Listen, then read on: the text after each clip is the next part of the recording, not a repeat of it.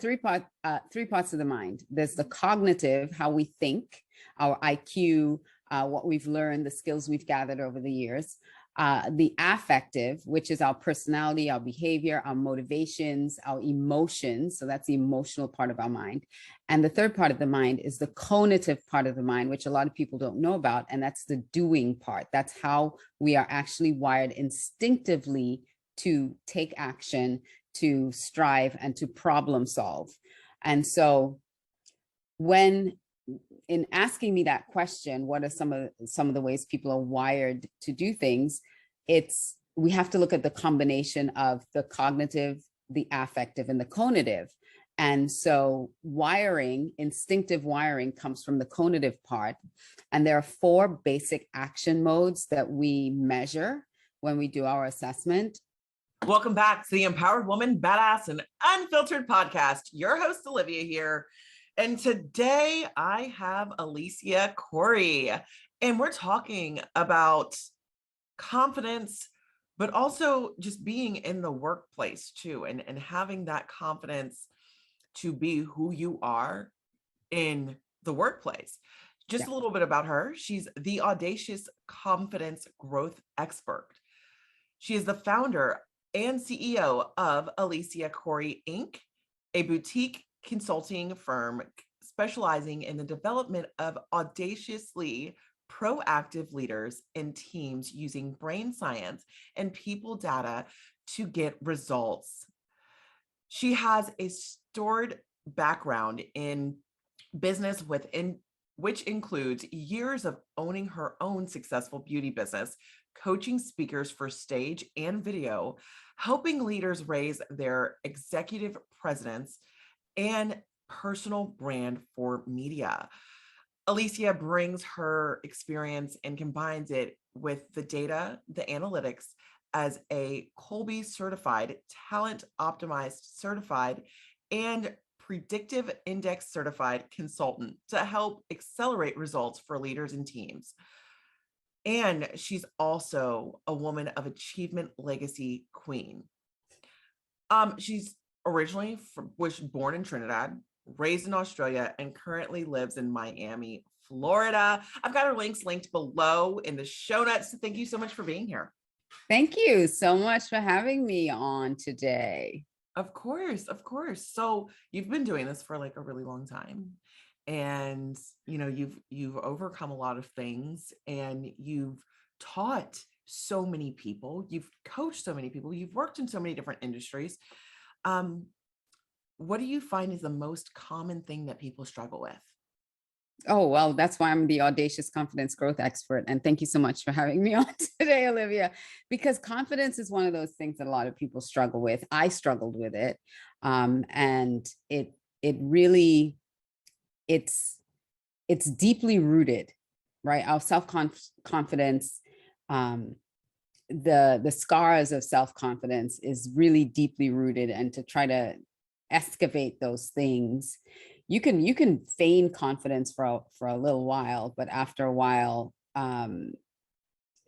things will start knocking you down, and then you'll find that it's harder and harder to get back up. So I really love helping people get to know who they are and really be confident in their strengths, and understand how they're wired to achieve.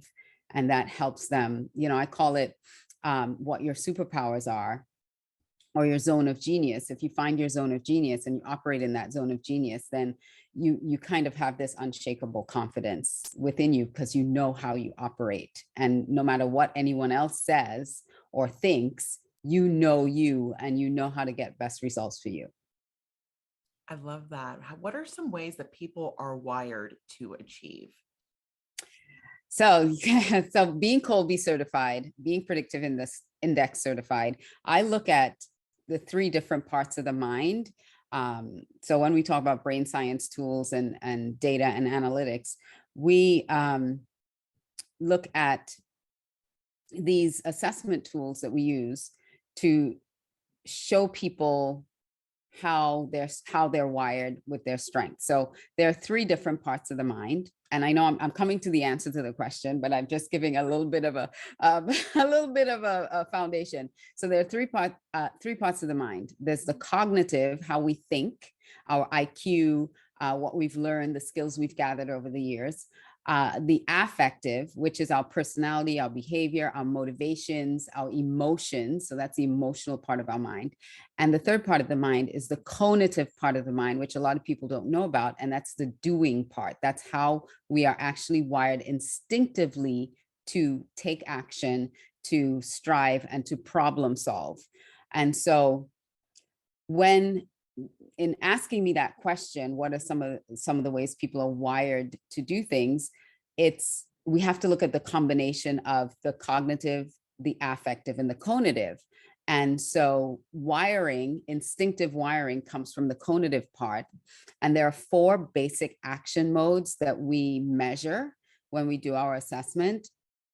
And that is the fact-finding mode, how you and share information, the follow-through mode, which is how you look at systems, patterns, processes in solving problems. And then there's a quick start mode, which is dealing with risk, uncertainty, and change. And then the 4th mode is called implementer, which is all about tangibles, space and tangibles. How do you operate in the physical world around you? And so that is how we look at how you're wired through those 4 basic action modes. And there are 4 ways that people are wired within those action modes that we kind of find your sweet spot, so to speak. Yes, that's very detailed. I know a lot of people, like, they don't do well with uncertainty in general. Like, Right. That's just what I've just seen based off Right. of. So when people are risk averse, when there are 2 reasons for people to be risk averse. One is wiring, that you're naturally wired to avoid risk. And the other one is fear. And so if someone who is wired to take risk or not to be averse to risk, and they're not taking risk, then there's a fear component that we can dissect for them and get them back to, well, this is how you're wired to actually do this. You are wired to take chances and to, but it's not in a reckless way. It's actually a very powerful strength. And in the same way, there are people who are just wired for stabilizing.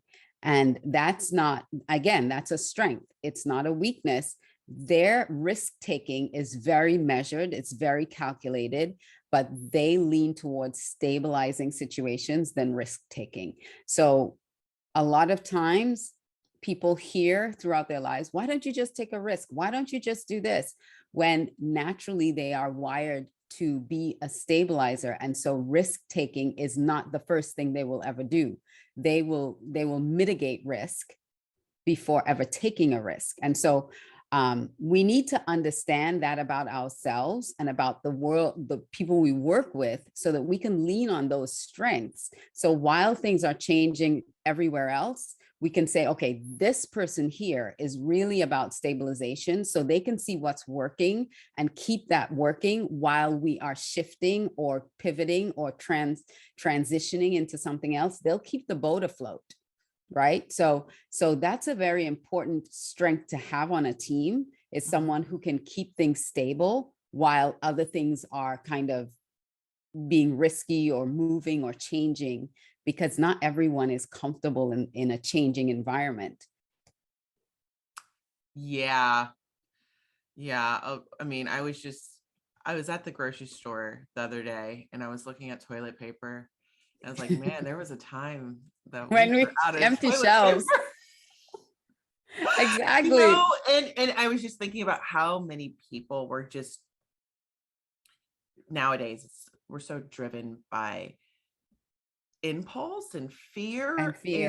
And when you're working with leaders and teams and people that are trying to corral the general public, tell me more about the people that come to you and how you help them? Absolutely. So there are several different reasons that people come to me, either for just to strengthen their team. Sometimes they have business goals, they have vision, they have strategy, but they're not sure they have the right people in place. And so they'll come to can we see if they're actually aligned with the goals and the strategies that we have? And so we do these assessments to see if there's alignment, because a lot of times there's not alignment, and you're asking people to do things that's outside their quote unquote zone of genius. And it's causing conflict, it's causing frustration, it's causing burnout, it's causing all kinds of things within the team.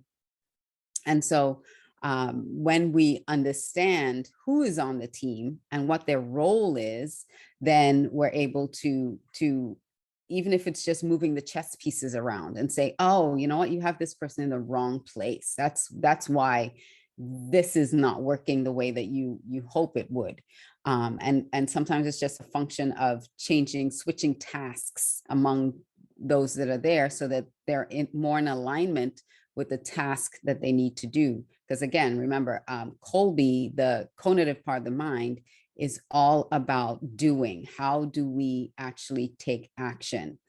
Another reason is if they're hiring people and they have gaps that need to be filled, well, we can help you find the right person for that role based on who they are and how they do things, not just based on a resume, which is IQ, which is, again, cognitively driven. So we try to look at the whole person when not just putting them in a role, but also consulting within a team. Let's figure out, because you bring your whole self to work, right? You don't leave parts of it at home and say, I'm leaving my personality behind today. I'm just going to be a cog in the machine and just go to work and be a drone. We bring our whole selves to work. So why don't we understand and learn about the whole person and all the strengths that they have when they come to work every day, and whether or not all these strengths are actually aligned with them. And so understanding the cognitive piece can help clarify communication, because the way I look at it is that cognitive piece it operates in the subconscious. So it's such an underlying foundation that a lot of things that people see, which might be behaviorally, which might appear affective, is actually triggering from the cognitive part of the mind. And the only outlet for it is affectively. So it shows up in behavior, it shows up in conflict, it shows up in disengagement, it shows up, and you think, so you're working on the behavioral side, you're working on people's attitudes and people's, their emotions, emotional intelligence, and you're working on all these things, which is great. It's necessary, but sometimes there's an undercurrent that's happening that you're not even aware of, that if you tap into that cognitive piece, then you'll see where it's coming from. And I'll give you an example. And the reason I'm really focusing on the cognitive part of the mind is because it's not well known. It's been around for over 400 years. Aristotle wrote about it, but there's not a whole lot of research aside from what Kolbe has really dug deep into. There's not a whole lot out there about the cognitive mind. And so, for instance, we talked about risk earlier. So let's stay on that path. So if we have someone, and we can call them an initiating quick start, which means that they are very much they will take risks. Let me put it that way. The way they look at life, they're urgent. They are very talkative. They ad lib, they brainstorm, and they take action quickly. They have multiple things going on at the same time because they can continue to keep track of multiple things, and they're future focused. Now, if you have someone who's on the other end of the spectrum, who's a stabilizer, and they're both in a room, and the initiating quick start is just throwing out a lot of ideas, and we could do this and we can do that, and they're just, and the stabilizer is completely overwhelmed, and they just want to shut everything down and say, nope, we're just shutting it down, we're not doing any of that. And so conflict arises, but the conflict looks like and sounds like personality dispute. It sounds like, well, you just don't like my ideas, because you just don't like me, or, you know, you're always so negative about everything I have to say, and why can't you ever listen, and why can't you ever take a risk? And on the other side is, well, you're just reckless, and you're just, you know, you don't think things through, and you're just always, you know, have your head up in the cloud. So it becomes this conflict thing. And then HR gets involved, and you're thinking, well, why can't these two just get along? Oh, they just have conflicting personalities. When in reality, what it is they don't understand their cognitive nature. They don't understand that this one is wired for risk taking, and this one is wired for stabilization. And when we come in and we show them that there is this potential for conflict, because you see the world from this perspective, your brain sees things, your brain operates in this way, and your brain operates in the exact opposite way, this is what's causing the conflict, then the conversation becomes something very different.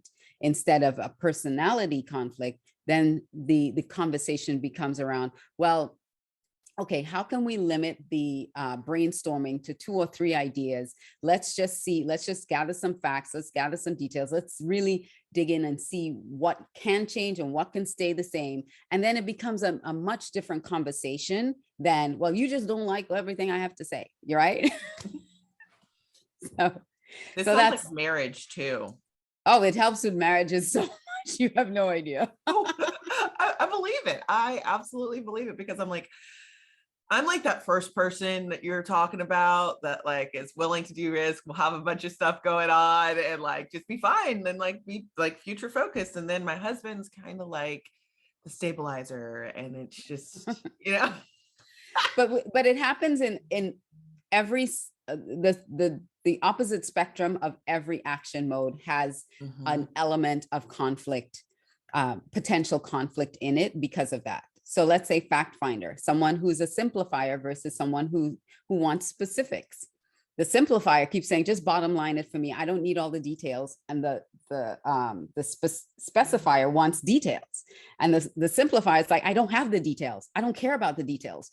And so the conversation, you know, becomes, oh my gosh, why are you always nitpicking? Why do you always need every little, you know, detail? And so we're able to shift those conversations. We're able to give them more clarity, what the issue actually is, and stay focused on moving the boat ahead, you know, rowing in the, you know, everyone rowing at the same time in the same direction and not like spinning in circles. That's very helpful for teams, especially nowadays with the fact that we have a labor shortage. We have, you know, just a need for talent is really high. And I know that there was a lot of people leaving jobs, and from all different spectrums of the workforce, from high level executives to middle management to menial Working jobs. class. Yeah. And it's been a shift. And I mean, a lot of that has to do with work-life culture and the environments that they have. And if they actually took these types of steps for the people, for their teams, I think that they would have a better retention rate. Absolutely.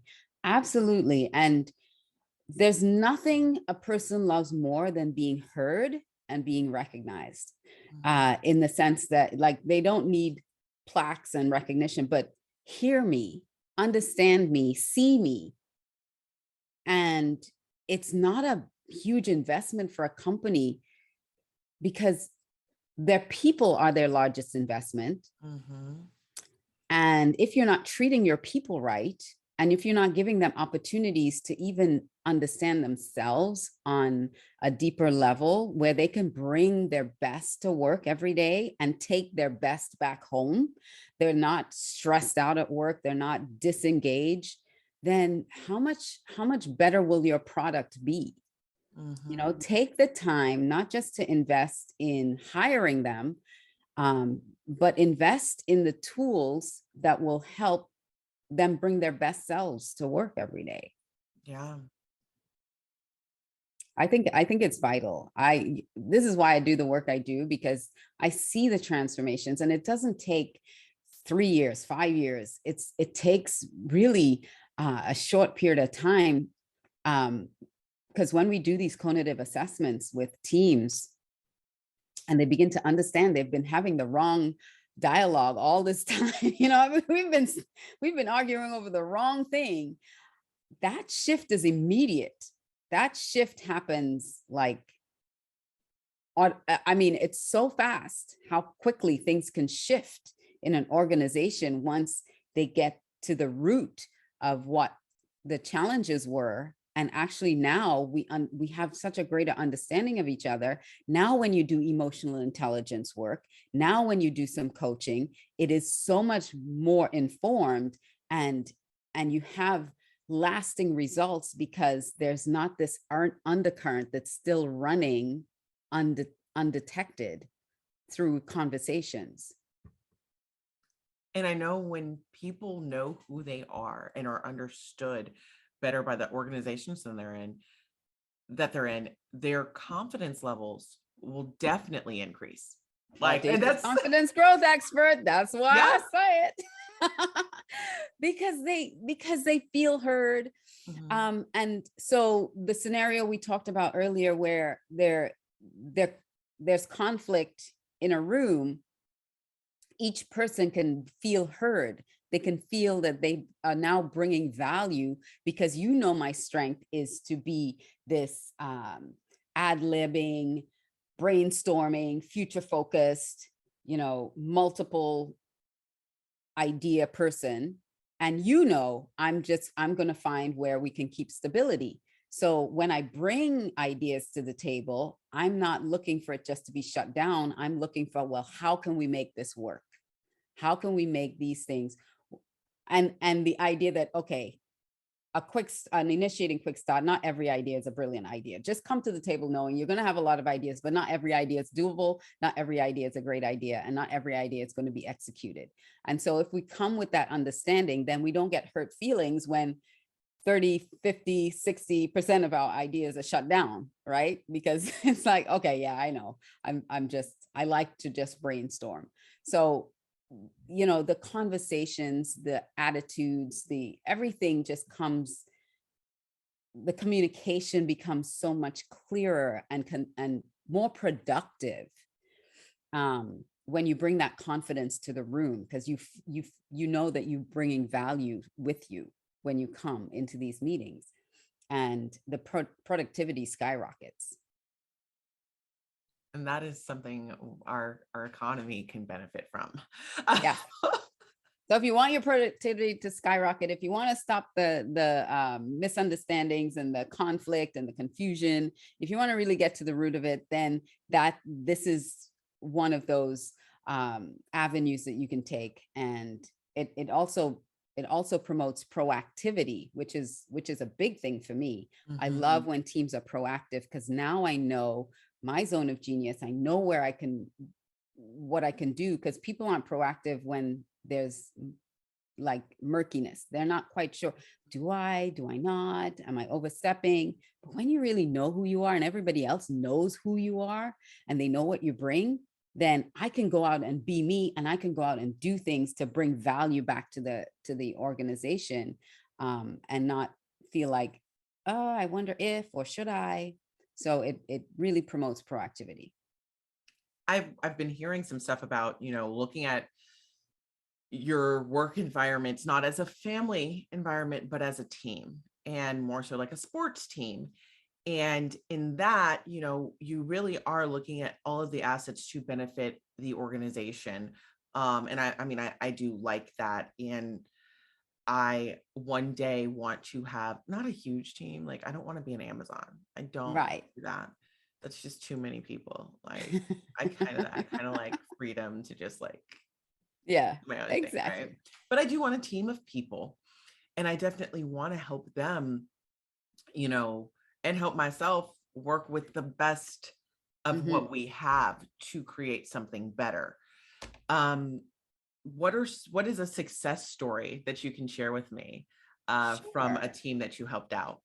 I have a great one. And, you know, because I'm certified in talent optimization and predictive index, you know, we use those tools as well to help people, help organizations align not just their team, but the work that needs to be done. So we really look at your organization and your strategies and make sure everything is in alignment. So I had this great client. It's so funny because when I first met their leader, and I told him what I did, his first comment to me was, "Well, are you any good?" I was like, well, more than I took a second, like I took a step back as, you know, the question. And then I said, you know what, more than good, I'll say I'm passionate about getting you results. I'm passionate about getting my clients results. And so he hired me, came in, we did a strategy day with them where he flew me in, his whole team was there, and we did a full day where we looked at everybody's strengths. We had done all the assessments and everything. We looked at their strategies, and during the time that we were going through everything, there was kind of a little uncomfortable moment between the two partners that were there. And you know, there was a difference of opinion, and they were going back and forth with it. And so at the end of the strategy day, I met with the person who hired me, this leader, and he said, you know what, I can already see how our revenue is going to increase by 50% just from doing this. Like, we're going to double our revenue. And I was like, wow, really? So after 2 weeks, I had another meeting with him, kind of to debrief. I wanted them to sit with all this because, you know, there was a lot of information that went around the room that day. And 2 weeks later, he reported back to me, and he's like, yep, one of the team members who was there, it was a mutual agreement, decided to leave. And since they left because they realized they were the wrong fit for the organization, he's like, we have like taken off completely.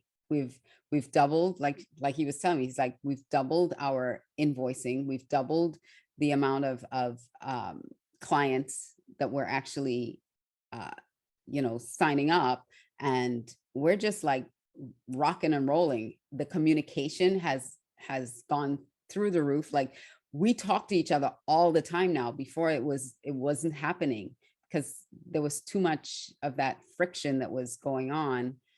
And he's like, it's like night and day. And that was just one strategy day. It wasn't like we did months and months of work. That one strategy day that we spent together like transformed their entire business. And I keep checking in with them every now and then. He's like, yep, things are still growing great. I was like, okay, let me know when you know, when we need a tune up or anything, because I check in with them 30 days after and 90 days after their strategy day, just to keep the momentum going. And they've been doing really great. I love that. Thank you so much for sharing this with me. You know, and if someone is, you know, owns a business, they have a team, or they're an executive in an organization or anything, how do they find you? I know I've got your links below, but. So aliciacouri.com is the website, and my email is alicia@aliciacouri.com. They can just email me and you know, and let's have a conversation, because you know, I'm always open to meeting with any leader, have a conversation, let you know what it is we do, how we do it, kind of share our process with you, and then what our services look like. So, you know, it's no obligation to just send me an email, shoot me an email, let's get on the calendar, and let's have a conversation. Absolutely. Thank you so much, Alicia. It was such a pleasure having you. Thank you, Olivia. I thoroughly enjoyed this. And anytime you want me back, let me know. Absolutely. Thanks for listening to this episode of the Empowered Woman, Badass and Unfiltered podcast. If you found any value in this, please consider sharing and subscribing. Now go out and be a badass.